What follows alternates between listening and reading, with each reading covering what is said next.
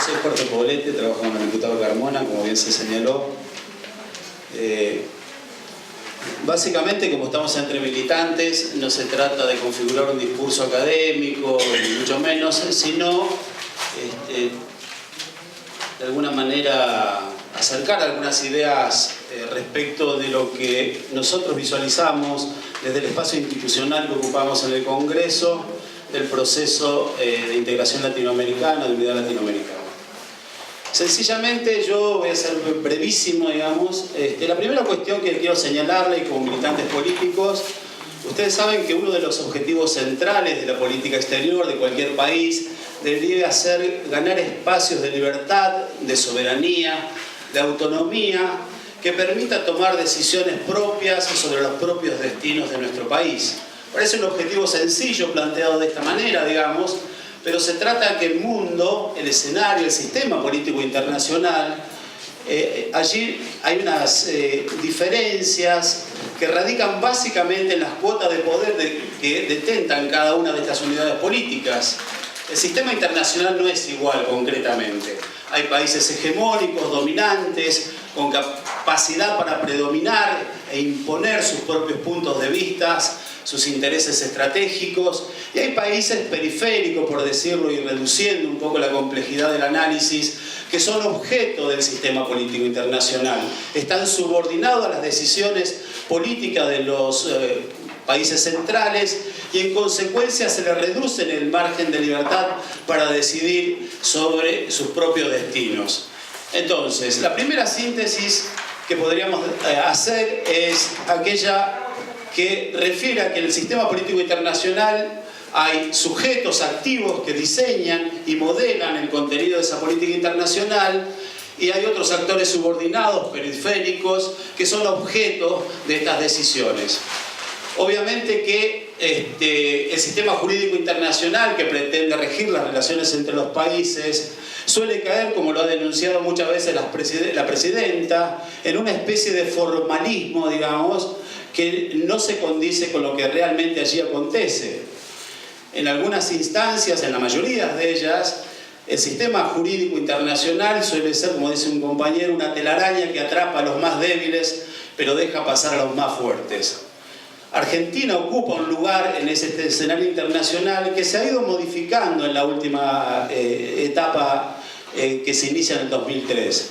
Es importante señalar, en honor a lo reducido del tiempo, que si bien el sistema político internacional se organiza en torno a los intereses estratégicos y vitales de las grandes potencias, siempre existe la posibilidad de que en los países periféricos surjan pensamientos, surjan movimientos contrahegemónicos capaces de oponerse a esta dominación y a esta pretensión de condicionamiento que se ejercen en el sistema político internacional. También debemos entender los militantes que la política exterior es una prolongación de la política interna. No hay proyecto nacional posible sin una política exterior compatible con los objetivos de un proyecto nacional.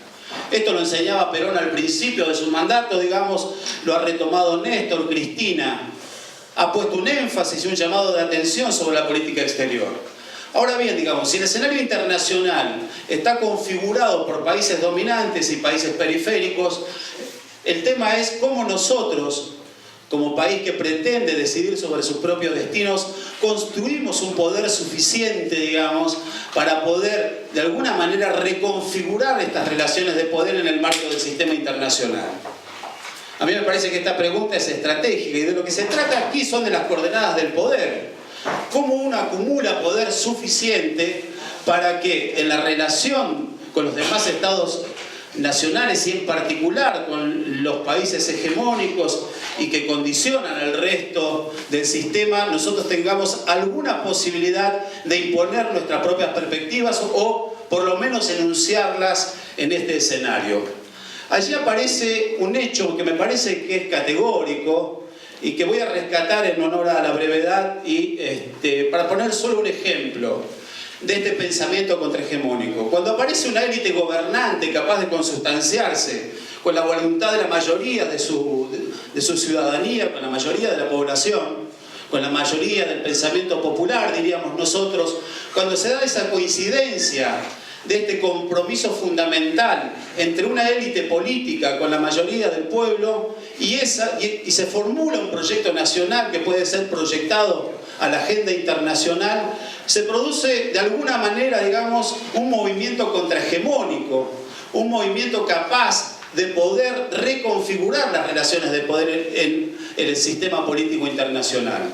Y yo voy a rescatar un hecho puntual de la historia porque esto debe ser contextualizado en un proceso histórico. Es el hecho de que aconteció en noviembre del 2005 en Mar del Plata.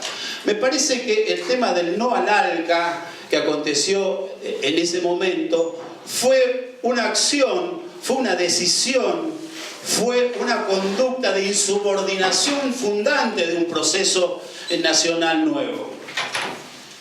Me parece que es importante rescatar este punto de inflexión en la constitución de la integración regional.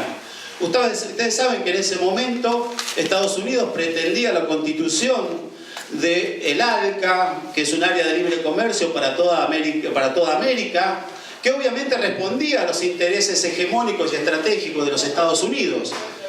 Claramente allí se planteó una disyuntiva.